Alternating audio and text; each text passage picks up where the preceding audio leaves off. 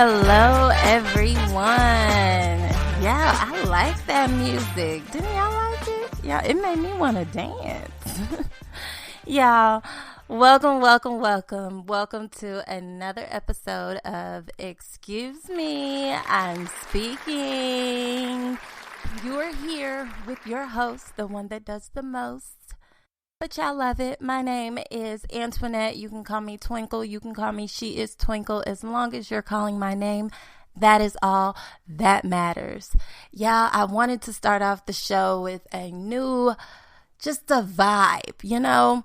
I wanted you guys to have the feel of a live band. I think that's a sign I'm ready for vacation or something. So maybe, hopefully, I'm not in that feeling alone. All right, so I know y'all are probably wondering, girl, where was you at last week?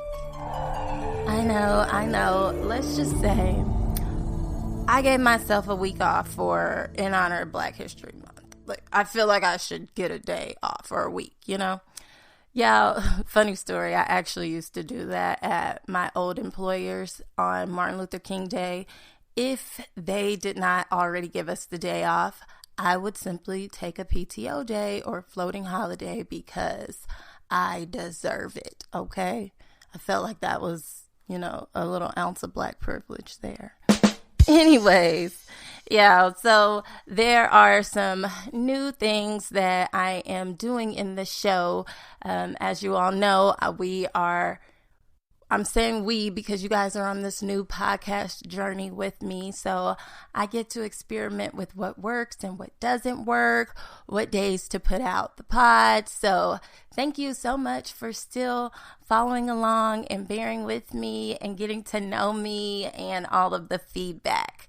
So something new I am starting will be a mood check segment. The beginning of every show, we need to do a mood check, okay? Whether it is just me or it is me and a guest, we have to have some type of realness at the beginning of this show. And realistically, everybody's not always in the greatest mood. Everybody's not always in a blah mood. We just need to do a mood check to see where we're going with this thing. Yeah, I got this idea from, you know how when you meet people, they say, oh, good morning, or oh, how are you? But a lot of times they're not actually waiting for your response. They just say, oh, how are you? And then they just keep walking or they just keep doing what they're doing. Bruh.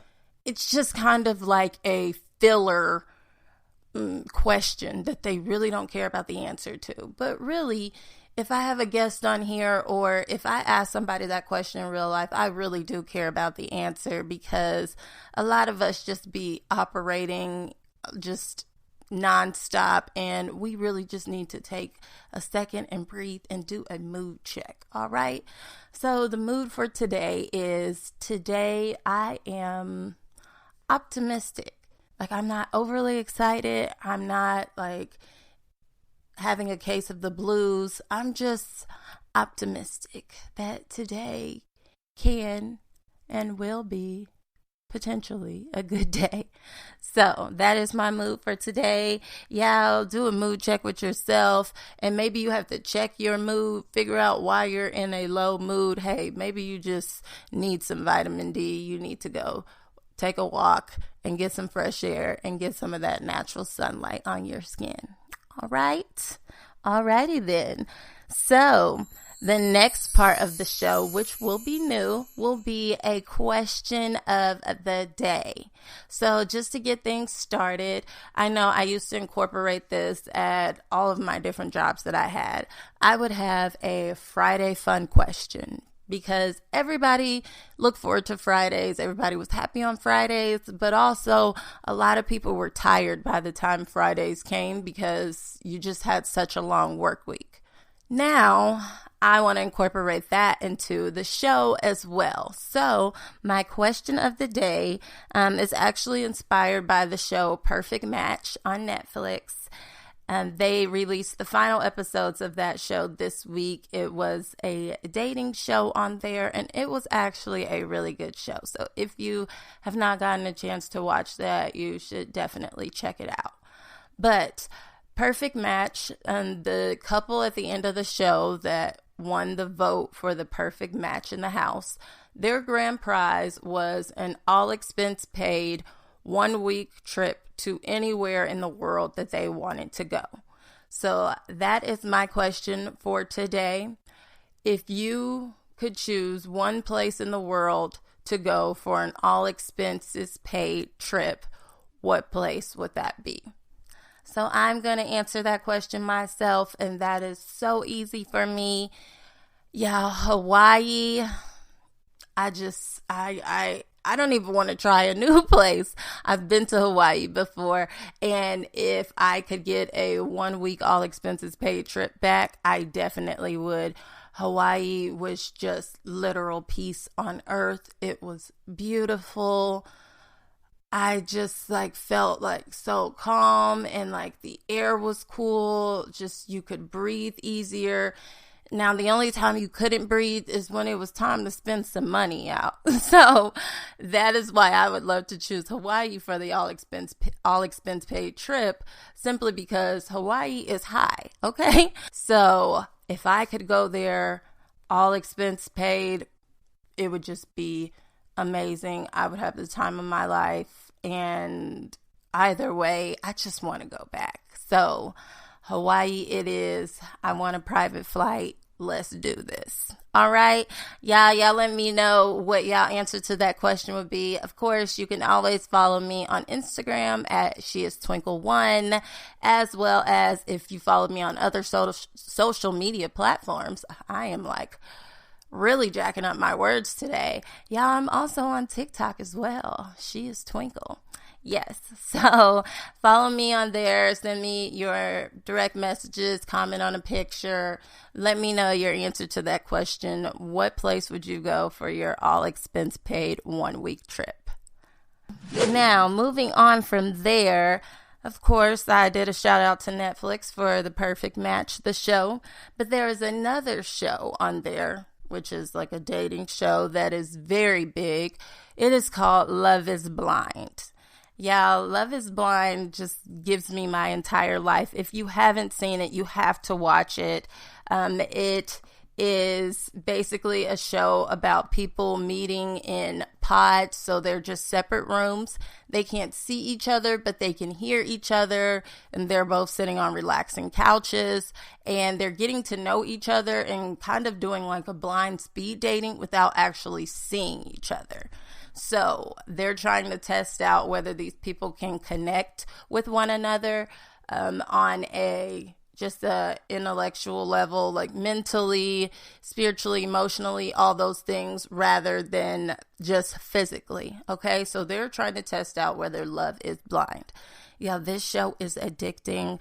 I have watched season 1, 2, and 3 just wrapped not too long ago, and season 4 is coming, I believe, in March. So I brought up Love is Blind because there was a fan favorite couple from last season's episode, which was SK and Raven. So he was just so patient with her, so calm. He wasn't pushy. They weren't even touchy. Some of the other couples were all over each other. And SK and Raven, really took their time. He, barely rubbed her shoulder for, the first probably week after they had actually seen each other. And so they were really focused on connecting with one another, getting to know each other. She met his family, they met each other's friends, all of those things. So we were really rooting for this couple. Leading up to the moment of saying I do, Raven is standing at the altar. The minister is doing the exchange of vows between the two of them, and he gets to SK first, and he says, I do not. And we was all what? What? That was a major shock for me. I was floored. If anything, you thought maybe she'll say no. There's a slight chance, but I don't know. She's really loves him and his mom, and she's gotten to know his brother and all that. okay, like maybe she's actually gonna say yes. But this is the thing, SK was moving away like right after the show wrapped to grad school in another state for 2 years. But they had been talking about that and they were willing to make it work long distance. Now that would have been fairly difficult in a marriage, but hey, let's not pretend like military couples don't do it all the time. They get married and then shortly after you see that one of like the spouse is deported and they're going to be gone for 6 months or 9 months or maybe a year or maybe for an indefinite period of time. But people make it work if you like truly love each other. So in this instance, SK says no. And I would have went off, y'all. I'm not lying to you. I would have snapped. Like, I'm up here in this beautiful dress, in this makeup, and in this headpiece that I compromised for. And you gonna tell me no in front of all these... Yeah. But it's not me, so let me pull myself together. But Raven, like, took it in stride. She just said, okay. And then she said, I have to go. And then she just like politely walked off the stage. You could see she was crying and she just went back to her dressing room. And his mom actually came back there and she was like, girl, I don't know what's wrong with him. I don't know why he said that. His mama was saying what we was all thinking. And he just standing there like smiling like, yeah.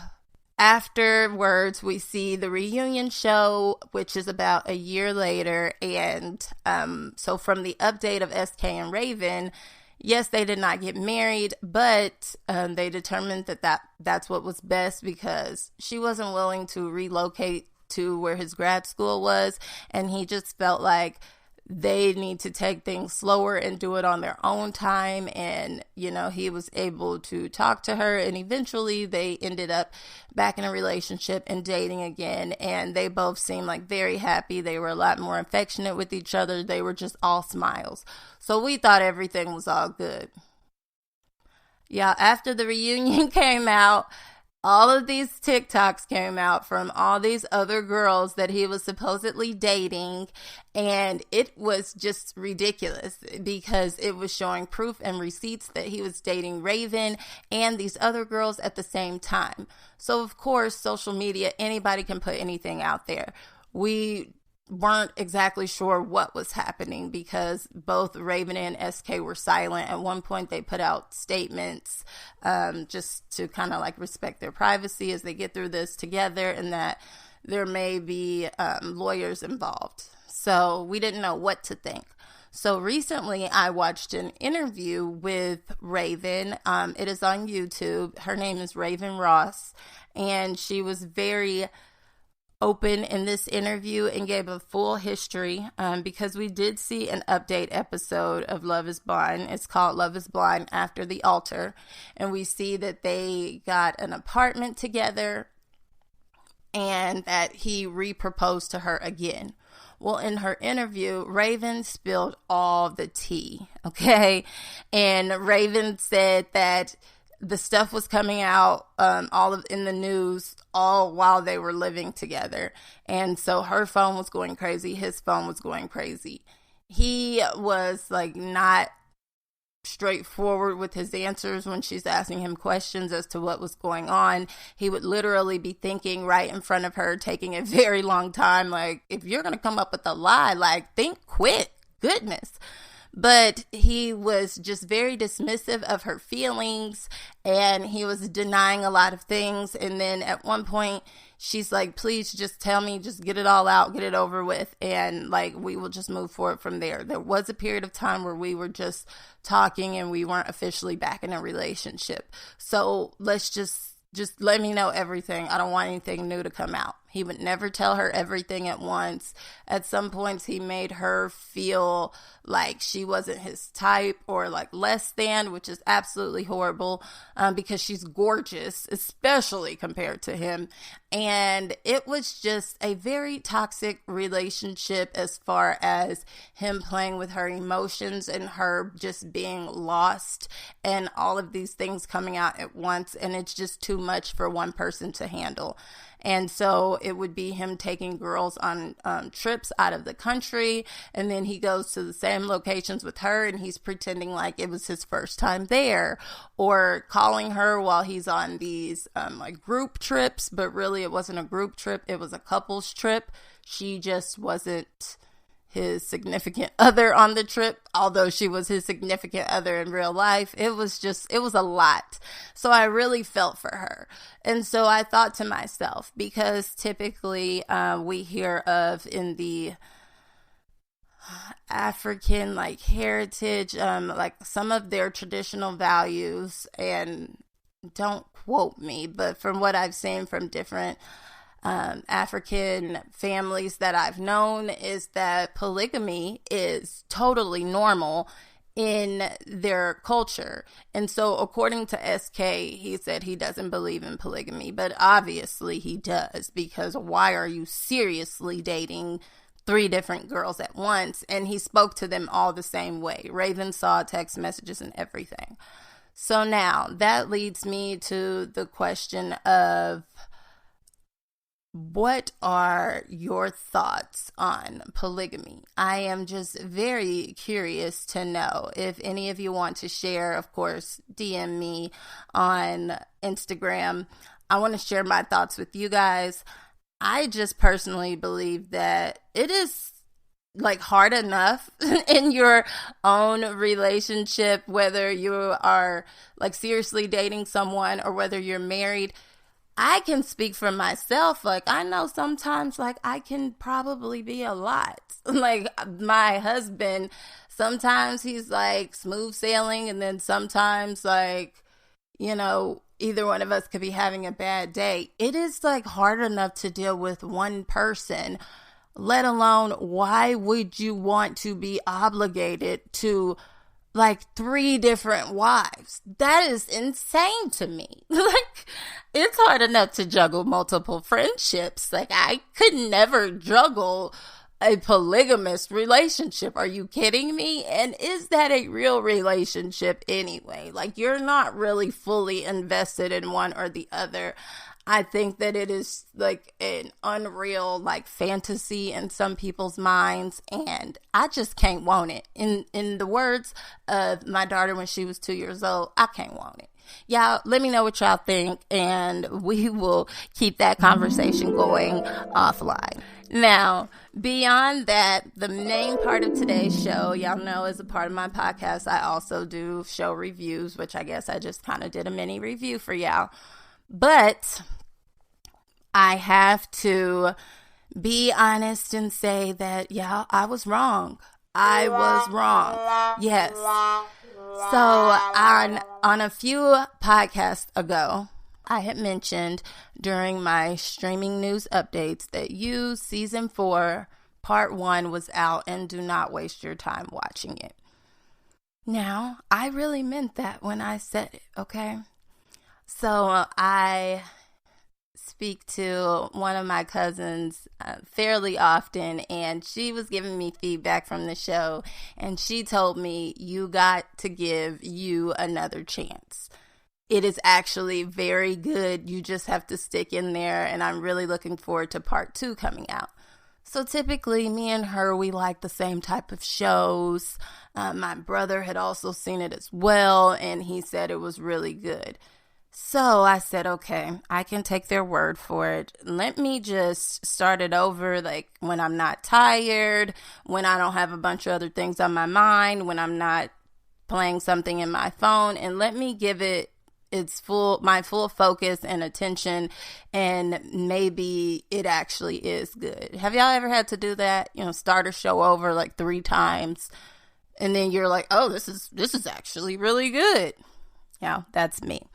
So I did it, and I am so glad that I did it.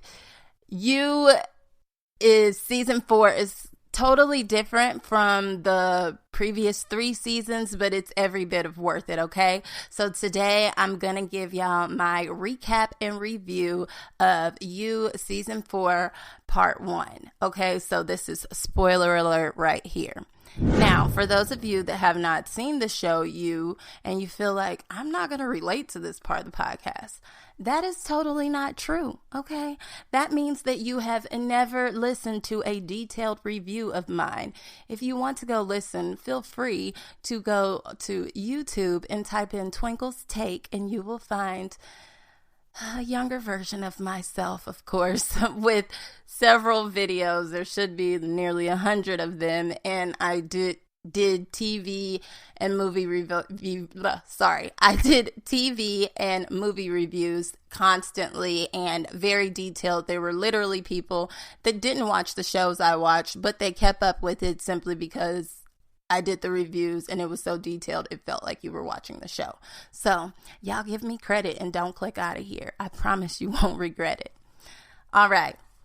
So before I start off with season 4, let me give y'all some background on You and what type of show it is.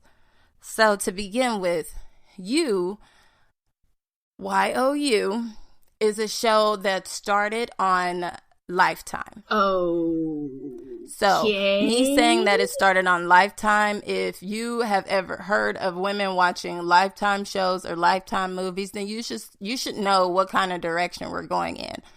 So, Lifetime typically is like, you know, that there's like a stalker or there's like a killer or there's like a like single mom or there's some type of media scandal. Like Lifetime just like has all the tears and all the drama and people trying to escape, and it is just like a little crazy channel, but like women love this channel, okay? So it started on Lifetime, just the first season, and then Netflix had released the full season on Netflix, and then they picked it up from there. So now it is a Netflix show, and they have gone on for several seasons. So I'm going to give you a little bit of how the last season ended so that it makes sense going into this 4th season. So the main character on the show is a guy by the name of Joe Goldberg. Now, Joe Goldberg is the type of guy that a lot of young women believe that they want their significant other to be like. Okay, so imagine maybe if you're a young woman, or when you were younger, in your mind, you may have thought like, oh my gosh, I want him to love me so much. I want him to be obsessed with me. I want him to notice everything about me, like the way my eyes sparkle in the moonlight. I want him to know what my favorite drink is, my favorite breakfast meal, my favorite color. What did I tell him last week on Tuesday at 2:30 p.m.? What is my favorite book? All of those details. So that's what you think that you want. Okay. Now, in order for somebody to master all of these things and know all of these things about you, they have to either be a stalker or be a borderline stalker. Their life has to revolve around yours 1000% for them to know all of these details about your life. So Joe is exactly who that person is. Joe sees a woman, he becomes fascinated with her, everything about her, the way she smells, her friends, the things that, what she goes to school for, the things that she eats, where she lives. Completely just fascinated and invested in their life, to the point where he makes sure that he's intentionally placed like in whatever setting that they're going to be in so that they can quote unquote accidentally bump into each other. He will literally like secretly break into their house and like smell their clothes and learn a little bit more about them. And he is just like, there's no boundaries with him. But he comes off as such a nice, innocent guy where like they start to fall in love with him as well. And they're like, how did you know that about me? And he's like, oh, I just pay attention. Literally, he was paying attention to you, like standing outside of your house at night, looking at you through the window. You just didn't realize it. But you think it's cute, but it's really crazy. All right. So Joe is that type of person. So every season it's like a girl that he falls in love with, and eventually the love gets a little scary and like something just traumatic ends up happening. I don't want to ruin the seasons for y'all, because if you watch season 1, 2, and 3, then you will still get the entire feel of it. But season 3 ended with Joe. He was actually married to a woman by the name of Love. Now, Love, we thought she was normal in the season prior, but come to find out, which we knew going into the 3rd season, is that Love is just as crazy as him. Love has figured out the type of person that he is because she's watched him from a distance, and she is his female match, basically. She's just as crazy. She's gotten rid of some people for him. So he no longer loved Love, which Love is the name of his wife. He no longer loved her, and he had to get away from her because he thought that she was absolutely crazy, although she did the same thing as him. So he literally framed her for a double murder of herself and him, and he set the house on fire, and then he literally cut off his own toes just to leave evidence so it would look like the rest of him burned up in a fire, but they could identify him by his toes that were left there. He didn't cut off all his toes. It was a few of his toes on one of his feet. Okay, so his idea of leaving was because he was actually in love with a girl by the name of Marianne. Marianne worked at a library. Joe is a author. He loves books. He loves to read and write. So he just became fascinated by Marianne because Marianne was intellectual just as he was, and they had similar interests. Well, in Joe's mind, he no longer wanted to be with Love, and he wanted to be with Marianne, so he was going to run away with her. Well, Love got wind of this, and Love literally put a paralyzing agent on the cutting knife at the dinner table.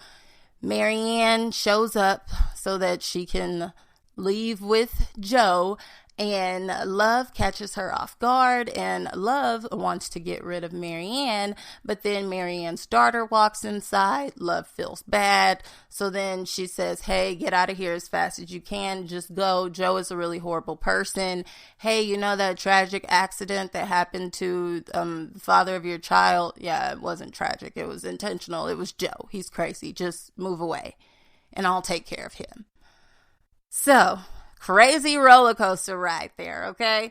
Yeah, y'all have to watch this show. So Marianne leaves. We know that one of Marianne's dreams is just to run off to live in Paris and just be free of all the craziness in the current town that they live in.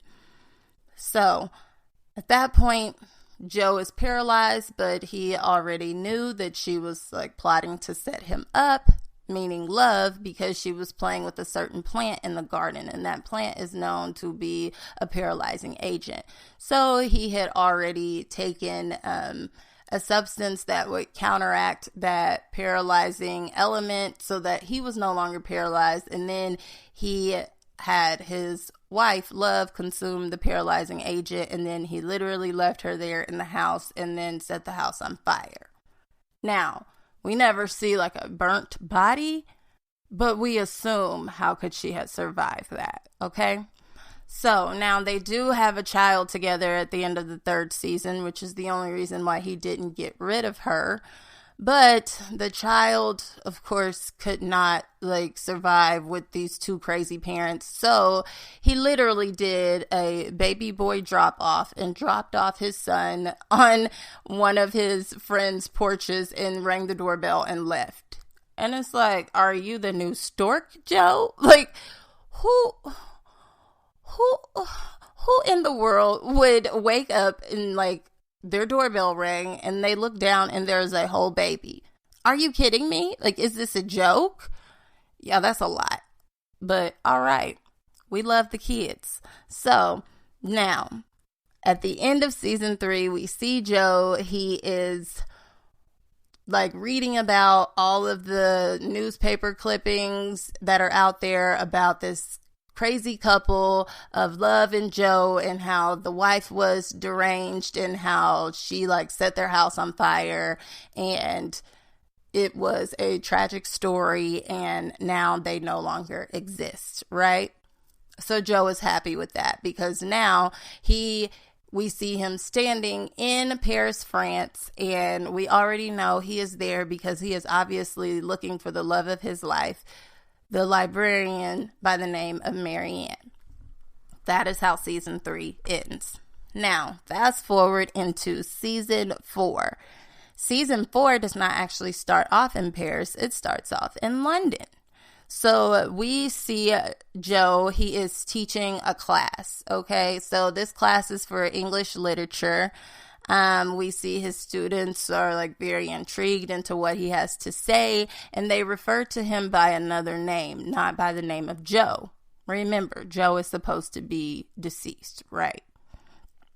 So he has not really changed up his appearance. He grew his hair out, but he really looks like the same like crazy guy if you look up the newspaper clippings. But I digress. Anywho, so now we see that Joe has an apartment in London. He has a teacher friend. The teacher's friend's name is Malcolm that helped him get the apartment and the teaching gig as well. Malcolm's apartment is across the way. Literally, when Joe looks outside of his window, you can see Malcolm's apartment. Oddly enough, Malcolm has a girlfriend by the name of Kate. Kate is a very pretty girl, so you automatically know, like, Joe, don't fall for it because you know your crazy ways follow you everywhere. So Kate and Malcolm, they don't seem like the sweetest couple. Like, you see, like, Malcolm obviously, like, cheats on Kate when she's not there, or he leaves her there by herself a lot, and he's just out doing his own thing. But, again, Joe knows himself, so he's like, we're not going to be fascinated with her. Just ignore her. This is not a big deal. Why can I see straight into their house? The only way to not know something about somebody and to mind your own business is to know everything about them. I don't know how he made sense of that, but that was his explanation. So one night, Joe sees Kate being robbed in the parking lot, and he is like, Captain, save him, Joe. And so he feels like, oh, this is a woman in distress. Like, I absolutely have to do something. And this begins the fascination with Kate. Joe literally gets in his car, and he honks the horn. So, of course, it catches the robbers off guard, and they run away. Kate then wants to call the police, but Joe cannot be in contact with the police because they might match him to his faking his death. So he's like, please don't do that. My work visa is like not all the way clear. Can you just not call the police? She's like, that's weird, but okay. So don't call the popo. She doesn't do it. She goes into her apartment. She tells her boyfriend, Malcolm, what happened. Malcolm is all jolly and happy. So he's like, goes next door and was like, hey, pal, friend, like, thank you so much for like saving my girlfriend's life and helping her from that robbery. You know what? I'm going to treat you. Why don't you come and hang out with me and my rich clique? Okay. So he takes him to a club. The club is called the Sundry House, which is owned by one of his friends, Adam. So yeah, let me break down this rich clique to y'all. Okay. So first, y'all already know we have Kate and Malcolm. Those are the next door neighbors. Malcolm invited Joe to a party, like elite party, where it's by invite only, and it's only the finest of the finest in there. Right? Okay. So I mentioned Adam because Adam owns the club that they're going to. Adam is like, there's nothing special about him. Really, his family just has money. I'll get to this little tidbit about Adam, but his girlfriend is Phoebe, and Phoebe is just very like social media. She's all into it. She really cares about like likes and views and what people think of her. But then she like really wants this relationship with Adam to work as well. She doesn't really feel like he's all that into her. So you could see like her insecurities bleeding through as well. Side note, Adam has like this secret little like fetish of his that will come up later on in the show. So then a part of the rest of their rich clique, I can tell y'all what I remember. There is another rich socialite by the name of Jenna.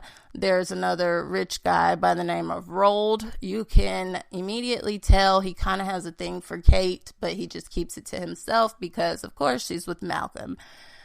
And then people really don't take that well to Malcolm because you could tell that, like, nobody really likes him. They just deal with him. Then we have a Nigerian princess. She's like very negative about everything and very stuck up, but her name is Blessing. And then we have Simon and Sophie. Simon is an artist and he has a sister named Sophie. The odd thing about Simon is that he may not necessarily be an authentic artist, but I'll tell you guys about that later. And then last but certainly not least, we have someone else that he met at the party by the name of Reese Montrose. Reese Montrose is an author, and he wrote a book because he grew up poor. Then he found out he was related to a duke, and then he came into money, so that was a weird experience for him. But he kind of has the same sentiments as Joe as far as, why are we at this party? These people are so weird. They're just like rich people and they don't care about anything or anybody but themselves. But dude, you're rich too. Whatever the case, he is that one person at the party that Joe feels like he can actually like talk to or, laugh with. Now, at this party, Joe is like peer pressured to drink, like drink. Joe is typically not a drinker. You don't really see him drink a lot on any of these seasons. Well, he drank, and I think they said it was absinthe or something that he drank. I don't know. Y'all know I'm a nerd. I Googled it, and absinthe is like not safe. It's like actually dangerous, but hey, whatever. He was peer pressured into drinking it. He survived. He woke up in Malcolm's apartment. He didn't know how he got there the next morning, but he survived, and Malcolm was deceased on the counter with a knife in his chest. And Joe is like, whoa, what happened last night? Now, I can't say that Joe is not capable of doing this. You will learn from past seasons, Joe has done those types of acts several times. Now, he always had a reason for it. He felt like he was doing it for love. He had no choice. In this instance, Marianne is not around. She's nowhere to be found. So he's not presently in love with anyone else that would cause him to do such a vile act to Malcolm that was supposed to be his friend, or at least his work buddy that he was getting to know. Whatever the case, now it turns into a full case of whodunit. So these first 5 episodes of You is all based on whodunit. We also have a flashback of when Joe first got to Paris. So when we saw him in Paris at the end of last season, Joe first got to Paris. He was looking for Marianne at an art fair because she is an artist as well. And so he makes eye contact with her. He does see her, and he is like caught off guard because he thought like, oh, perfect. She's going to be happy that she thought I was dead, but I'm actually alive. And I flew all the way here to Paris to like find her and capture her love once again. Whereas in Marianne's eyes, it is like, you are insane. Oh my gosh, this is a nightmare come true. So Marianne takes off running through the city. Of course, Joe feels like he is like chasing after the love of his life. We're really like, he's stalking her and scaring her. So whatever, he comes in contact with her and he's like, please, like, she tries to pull out a knife and he got it out of her hand and he's like, I just love you so much. Why aren't you excited to see me? And she's like, I don't want anything to do with you. Just please. And she was like, just let me go. Like, if you love me, you will just let me go. And he wants to prove to her that he's not this monster of a person that she thinks he is. So he lets her go. Meanwhile, he's like sappy. He goes into a coffee shop. Somebody comes and sits at his table. A man that looks like he's been following Joe. He's kind of like a private investigator. The man actually was hired by Love's family. Remember, Love is his wife. Why would the Love's family hire somebody to go and find Joe, wouldn't they assume that he burnt up in the fire? Did Love actually burn up in the fire? I guess we'll find that out eventually. Anywho, so the private investigator is also like a hired hitman. So Joe already knows what it is. And he's like, okay, just do what you gotta do. Like, I know what you were hired for, obviously, to get rid of me. And the hitman is like, yeah, but I kind of want to retire from that job. You know, don't you get tired of getting rid of people? This is too much. Look, you seem to be a decent guy. Maybe you want to change your ways. I totally get it. Here is a new identity. Your name can be Jonathan Moore. Jonathan Moore has like a great background. You can get a job wherever you want. He has good credit. Be this Jonathan Moore person. Here's your ID, your passport, all of that. And we just don't want to hear from you again. Just keep a low profile. But there is one person that knows that Joe Goldberg is still alive. And that is Marianne, the girl you've been following. So you need to do one last deed and get rid of her completely. Deceased. And then send me evidence, give me a call, send me a text, and then we'll call it even. And you'll never see or hear from me again. And you can move on with your new life as Jonathan Moore. Clean slate. So Joe is like, dang, this really sucks. Like, now, like, I have to kill her. Like, this is really unfortunate. This is how he acts every single time. Like, right before he gets rid of somebody, he's like, I really don't want to do this, but I guess I got to do it. Joe is, like, crazy. So, come to find out, he really wants to prove to Marianne, because he knows, well, the hitman told him that Marianne will be on the train out of Paris the next morning at 8 a.m. She bought a ticket. So that's the perfect timing to get her. So, of course, Joe shows up to the train station the next morning, and Joe's disguise is always a baseball cap. Like, I don't know how he thinks that's hiding anything, but whatever. Joe puts on this baseball cap and he is like following her through the crowd.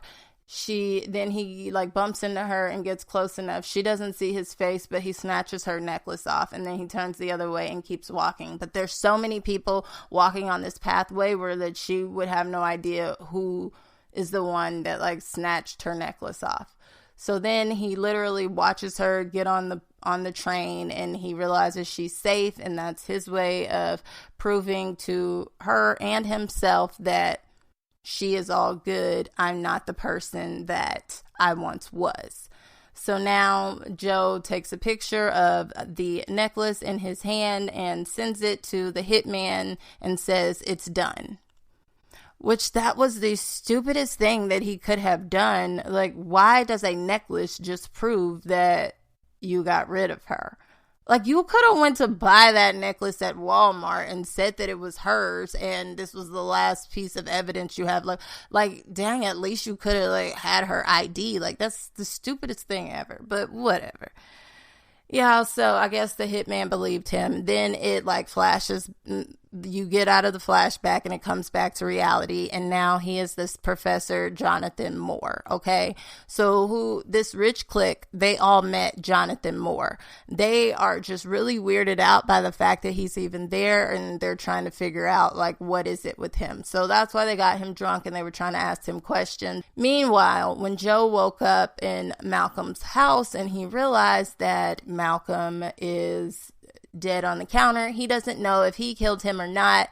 And so he literally, like the professional that he is, wraps him up in a carpet, puts him in a trunk, and then proceeds to go to a far out location and starts up his like chopping work and literally gets rid of the body. Crazy. Okay. So when Joe actually gets home, he receives a text message, and he has but the text message isn't a regular text on his phone. It's coming from an app called like Evanescence. And so the app was literally disappearing text messages. He never downloaded this app on his own phone.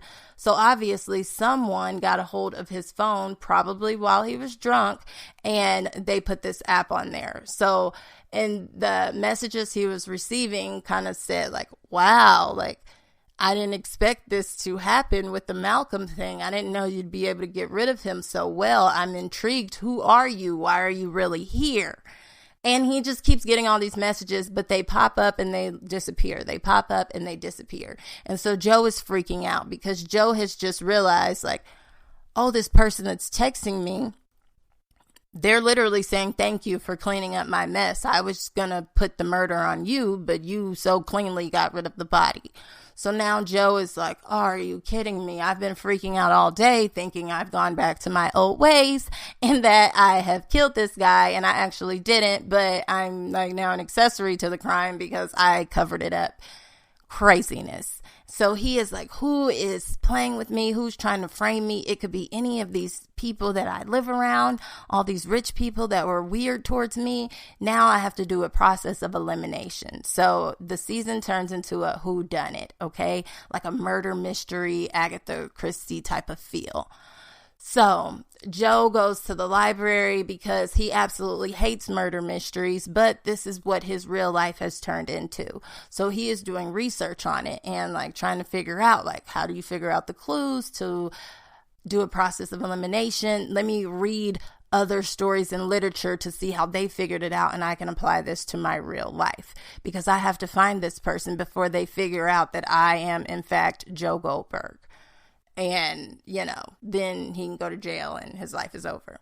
So then we see one of the students from Joe's class is also in the library, and she is fascinated with murder mysteries. And she's like, oh my gosh, are you working on a new project for our class? Is it like a new lesson assignment? So he says, yeah, of course. Like, he's not going to tell her what he's really doing. So she's like, I can help you. Okay. So I am like a fanatic when it comes to these murder mysteries. The number one thing is that you have to remember in murder mysteries is that nothing is a coincidence. Okay. And the first person that you think is the obvious suspect is usually the second victim. And he's like, okay, I'll keep these things in mind. So he's taking mental note, okay? He's breaking into Malcolm's office and his house. He's very discreet about these things. He's looking for notepads, trying to find information. Meanwhile, every time he sees Kate or he's within a certain proximity of her, she's leaving Malcolm voice messages. And she's like, I haven't heard from you in a day. I haven't heard from you in 3 days. It's been a week. Even if you're cheating on me, can you at least call me and tell me that you're okay? Okay, so she seems to be the only person that's worried. People, a few of his friends may have been like, hey, have you heard from Malcolm? Like, weren't you the last person that was with him? And he's like, no, Malcolm dropped me off at home. I haven't heard from him since then. Like, I was like barely conscious. So they're like, okay, well, Malcolm was a prick anyway. It's like very weird. None of Malcolm's friends actually really care about him. So then Joe is going to different events around this rich clique of people, and he's trying to figure out like what exactly is going on and who may have had a motive to get rid of him. Obviously, we start finding out Malcolm wasn't the greatest person, so really any of these people could have had a motive to get rid of him. So then Joe starts veering more so in the direction of, hey, maybe it's this Simon guy, the artist. He would have something financially to gain from this because I believe that he actually owed Malcolm money. So if he gets rid of him, then he doesn't have to pay for it. So Joe is watching him. Next thing you know, Joe falls asleep outside, literally watching to see if Simon will come outside of his apartment. And in the midst of him falling to sleep, ding, ding, ding, Simon becomes the second victim. So it is not Simon. Alrighty then. Well, now that's another person that's gone down. So now the story breaks randomly in the news that Malcolm is deceased and it is a murder and they have to figure out who did it. Joe has no idea who released this story. Obviously, it's the person that's trying to blackmail him, that's sending him these anonymous messages. So Joe is freaking out because now he knows that Kate is probably the next target on the list. He doesn't believe that Kate is the person that is blackmailing him, but he is like, I can't afford for another person around me to die. So I am going to literally like just follow her, like not make it obvious, but just to make sure she's okay.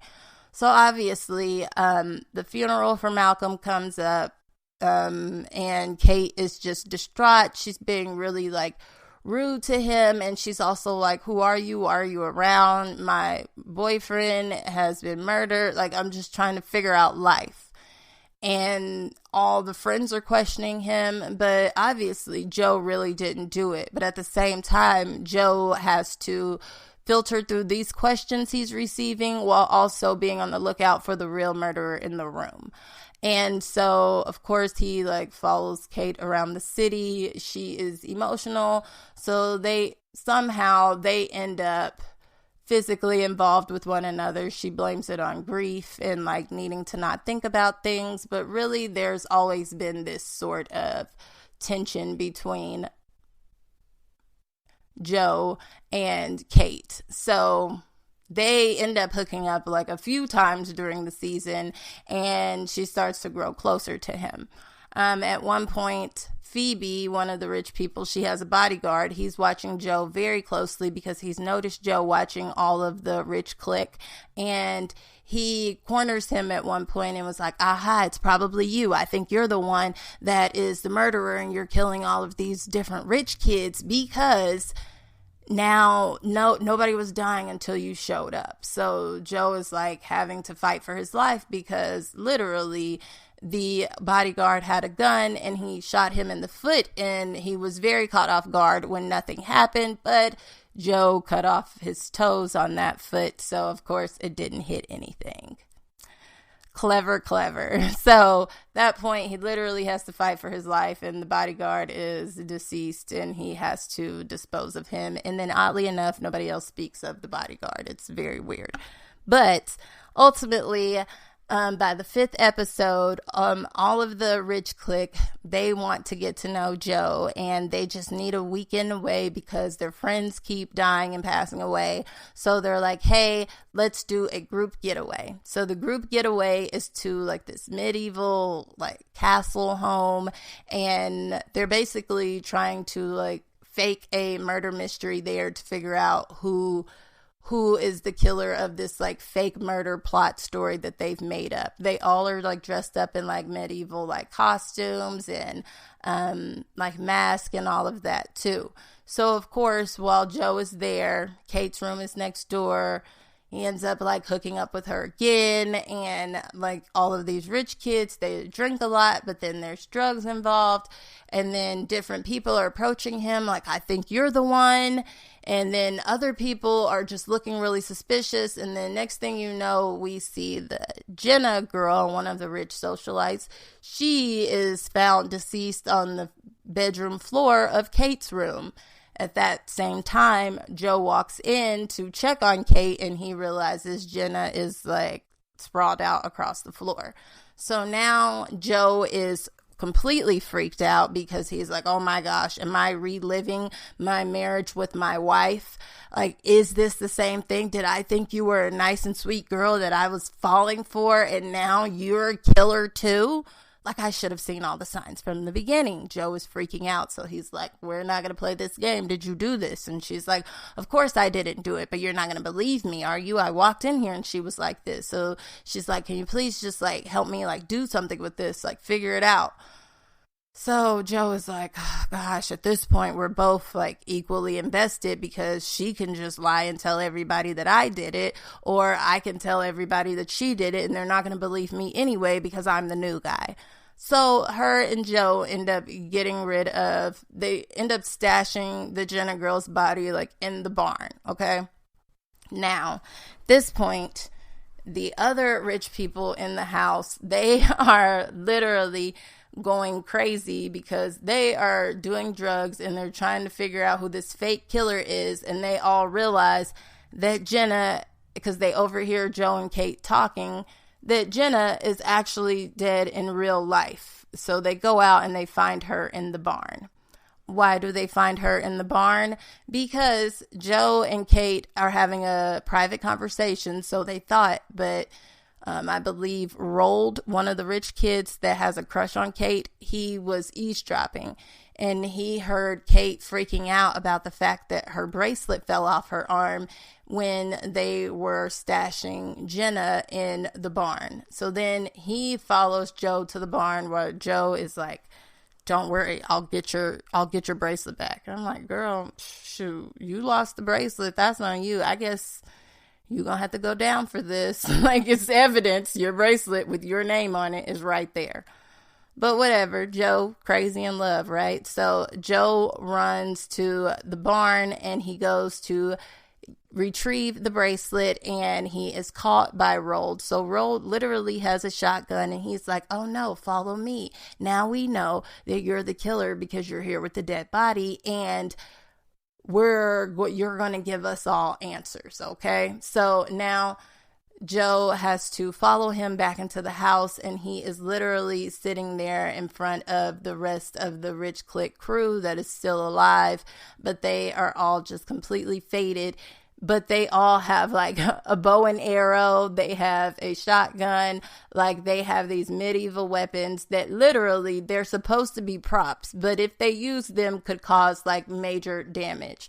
So Joe is just freaking out and he is, oddly enough, the only sane one in the room, and he knows they're not going to listen to anything he says. Meanwhile, Kate is nowhere to be found because she is actually talking to one of the other girls that is at the party, one of her friends, and they're in a private room, and she's explaining to her that, okay, you caught me. Like, I didn't kill Jenna, but this is what happened, and we got rid of the body because we put it here, and now this is a really difficult position, and, like, her friend is trying to console her. And she's like, yeah, I didn't really like her anyway. Yeah, it's very weird. So, next thing you know, the Rich Click, they get all hyped up, and, like, the Rolled guy is like, okay, these are your final words. Like, do you have anything to say, Joe? Actually, let's go like on a hunt. I'll give you a chance, a head start to run, and then I will just follow after you, and I have my shotgun, and I'll get rid of you that way. So Joe is like, these people are crazy, which says a lot coming from Joe. So Joe takes off running, and he's running through the woods, and so he hears the Rolled guy running after him, and he keeps firing the shotgun, but he keeps missing. Next thing you know, Joe gets knocked out in the woods, and when he opens up his eyes, he's shocked as to who he sees because it's not Rolled. So he fades back out of consciousness. So then he wakes up literally in like this cellar that is underground. Yeah, it gets crazy. I'm telling y'all, season 4, nuts. So he wakes up in this cellar that is underground. Next to him is Rolled, but Rolled is like also chained into a handcuff that's chained to the brick wall or the stone wall. So is Joe. And when Joe opens up his eyes, he sees none other than the author, Reese Montrose. Okay, now remember, y'all, Reese Montrose is the author that he met at the Sundry Club when he met the entire Rich Clique. Now, this was the one guy he thought he could relate to. Reese always comes on television and everything, and he's always like soliciting for like, we need to find this killer that is out on the loose. They're calling the killer the Eat the Rich killer. He's like, if you guys have any tips, please send them in. Meanwhile, plot twist, he is the actual killer. Now, he's rich as well, but he grew up poor. He didn't know he was rich until he found out that he was related to a duke that left him a crazy amount of money. So now it's almost like he's getting vengeance for like the life that he grew up with no money, and he's like hateful towards these kids that have grown up with money. So now he is like knocking them off one by one, and he wants to blame it on Joe. But now he's giving Joe the idea of, hey, how about me and you work together? Like, I didn't know you were so clever. Like, I found out who you are. Like, you're Joe Goldberg. You were married to Love. I did all the research. It took me a while, but I found it out. Now, pause. At one point during the season, Joe walks into his apartment, and there's all these newspaper clippings all over his wall, all of these like magazine printouts and articles from the internet showing like Joe's past life and history. So Joe freaked out. Then he got one of those disappearing text messages that says, "I know who you are. You're Joe Goldberg. Like, this is fun." And Joe has freaked out, but he still didn't know who was texting him. Now, fast forward back to the part of the story that I was at when they're in the cellar and he sees Reese Montrose's face, and it is this author that has been stalking him and setting up these murders the entire time. So Reese actually wants to work with Joe, and he's like, yeah, we can get rid of all of them and we could just totally like change society. Actually, for Malcolm's murder and for I believe Simon's murder, you know what, let's just blame it on and now what's the girl that was on the floor, I believe Jenna, the one that was sprawled out across the floor. Yeah, we can blame it on, put it all on Rolled. Since he's over here, he's laying on the ground, he's unconscious. We can just pin it all on him, and then we can continue to work together and we can get this done. Meanwhile, Joe is like, what? Like, I retired from that life. Like, I am Jonathan Moore. Get it right. Like, you are crazy. Are you insane? Meanwhile, nobody knows that he is underground in this cellar, so who is going to save him? So, at that point, Reese is like, okay, well, you don't want to work with me. I get it. I understand. Fine. You know what? We'll just pick this up back in London, if you make it back to London, okay? So, let me just go ahead, light this fire, and good luck. And then he rushes out of the cellar. Meanwhile, Joe is still attached to the wall. He is kicking and going crazy. He is like trying to like find something around him so that he can detach and get out of these handcuffs so that he can escape the fire before the entire like ground floor is on fire. So meanwhile, Kate realizes, oh my gosh, where's Joe? Or I guess Jonathan. I need to find him. Like, he's probably in danger. Our friends are going crazy. And so her and her friend run off to try to find him. Now, when she goes looking for him, the friends are like, oh, he's being chased through the woods by Rolled. They don't even realize that the Reese Montrose guy showed up. But now Reese Montrose has disappeared. Okay. So now we see Joe, he is able somehow to like kick and fight and get out of these handcuffs, and Rolled wakes up because the smoke from the fire has him coughing and it wakes him like up back to consciousness. And he's like, Joe, please. He's like, Jonathan, help me out. Like, please don't leave me down here to die. And so this is like the real test for Joe, because he could just like let him burn up. Rolled was going to literally kill him like with the shotgun. But it shows that Joe is really trying to change. Joe decides to help him get out of his handcuffs, and then he pushes him through the chute to get out of the cellar, and then Joe makes his way up, and when he comes to the sunlight, we see that Kate is there to welcome him with open arms and was like, oh my gosh, are you okay? So now, it fast forwards to their present day time in London, and Joe is just at home and he cannot believe his life right now. Now he knows who was trying to blackmail him and who the real killer is, but he turns on the television and he sees none other than Reese Montrose smiling on TV as the author, as an famed author, and he wants to make an announcement to the citizens of London that he, in fact, will be running for mayor. And the season and part 1 comes to a close. Yeah. It is very good. It is a juicy story. Of course, he has this fascination with Kate, but it's also, he has his mind on so many other things this season as well. And it's someone that's also gunning for him at the same time. Yeah, I'm so excited. Part 2 comes out March 9th. So I cannot wait to watch the next 5 episodes when they come out on March 9th. I am going to watch it in one day. I already know. Each episode is an hour, but it is worth all 5 hours of your time. If you get a chance, please watch it.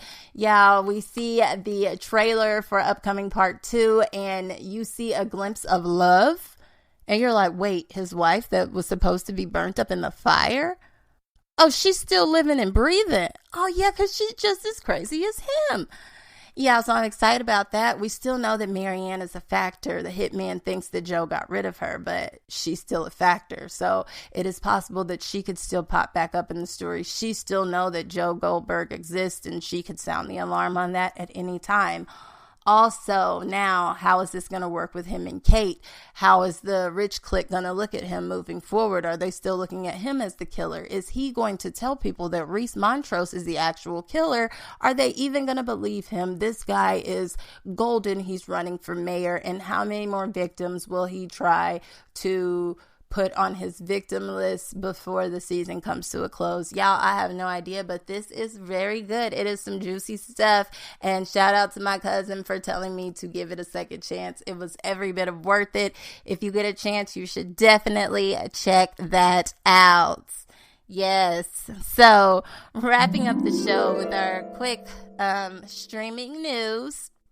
So, of course, like I said, season 4 part 2, the last 5 episodes come on March 9th on Netflix. You don't want to miss that. Also, brand new, Bel-Air on Peacock season 2 is back. New episodes come out on Thursday, so there are 2 episodes that are out right now. Yeah, y'all should definitely check that out. It is the remake of The Fresh Prince of Bel-Air, but they did not mess up or shame the original in any type of way. It is definitely its own like modern new look and feel and storylines, but they do take the characters, they have the same names, and some of the same storylines to an extent as the original show as well. But Will Smith is one of the executive producers over the show, so he has his hand in it as well, and the actors are doing great. So you can check that out. Or if you want to save a dime, you could wait about 2.5 months, and then all of the episodes will be out, and then you can just pay for Peacock for 1 month and then binge watch it quickly, and then get rid of it. Yeah, that was my money saving tip for the day. Yeah, and then in national news, yeah, I know it is the month of March, but it is still winter time. So make sure you are mindful of the weather. Check your weather app. Wear a coat. Yeah, this is the time of the year where people get sick because sometimes the weather is warm, sometimes it's cold. Let me remind y'all, it is still winter time. So spring does not actually start until Monday, March 20th, this year, 2023. So again, the official first day of spring is March 20th, which is on a Monday. And my question is, are we springing forward this year? Do y'all know? Are y'all aware? I'm going to Google that. I believe we are. I hate springing forward. That's just my opinion. I love falling back, where you like get an extra hour of sleep, but springing forward, like, let's just, on a Monday, it's like people have to go to work, like, just count me as late before, like, okay. Yeah, anyways, y'all don't want to hear my foolishness, but just to end the show, of course, I end it with a quote.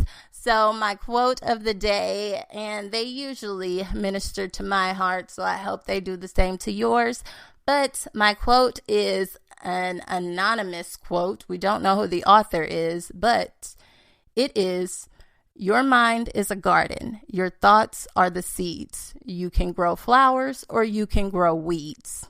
Let me read that one more time. Your mind is a garden. Your thoughts are the seeds. You can grow flowers or you can grow weeds. Y'all, this has been another episode of Excuse Me, I'm Speaking. I hope that you guys thoroughly enjoyed it. Please send your comments, your feedback, your anything you want me to know or that you would like to hear in the show, send it to me via text, phone call, or Instagram at SheIsTwinkle1. I look forward to hearing from you all, and I promise you I will be back next week with another great episode of Excuse Me, I'm Speaking. This is your host, SheIsTwinkle, signing out. Love you all. Bye-bye.